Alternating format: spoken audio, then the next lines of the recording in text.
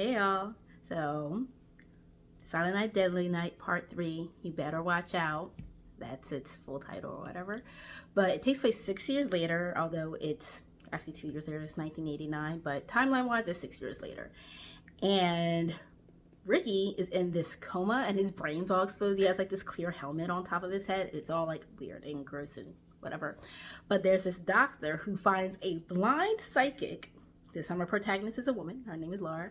And is trying to like connect with Ricky so that the doctor is all new agey. He's all like, oh, these criminals shouldn't be killed or they should be captured until we can learn and figure out what things are, what X, Y, and Z, right? Yes. So Laura's connecting with Ricky or whatever. She's getting these horrible nightmares. And of course, it's Christmas. And she's like, well, I'm going to go visit my grandma. Me and my brother and my brother's girlfriend. So they're on the road trip, but she's still like psychically connected to Ricky. And Ricky's all like, I'm going to get you. So he wakes up from his coma and he goes after her. And it's just, it's ridiculous. But I love how ridiculous it is. I mean, like they're going to grandma's house for Christmas. Laura's all like alone and sad. Like their parents had died, and her brother is the only person she has, and she's all mean to the girlfriend because she's like, "Why are you coming to our grandmother's house?" Ah! Like her scream is horrible, but it's still so much fun because she's just like, "Ah, I'm blind." Ah. Okay. So, Ricky finds my grandma's house, and he kills grandma, and then he kills the girlfriend, kills the brother, and then like the doctor is trying to find out where Laura is, so he gets the police to go help him, and he's all like, we gotta go get him, blah blah blah, and all this stuff, and they get there, and then the doctor gets killed, and I mean, it pretty much ends with Laura being all like,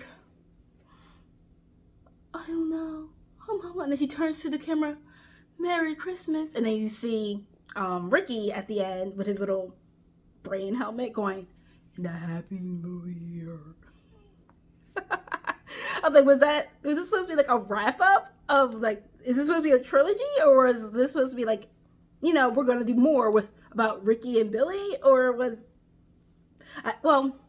this ended up being the last film in the series. I got kind of like, what the heck? This is the last film in the series that actually concentrates on the whole like Billy and Ricky timeline from before, but then we don't hear from Laura again. So, but yeah, I feel like there were other movies. I think there was this one of the Halloween movies also has like witches or a psychic or something as well, trying to like veer away from its original premise. But I was just like, oh, but there's less titties.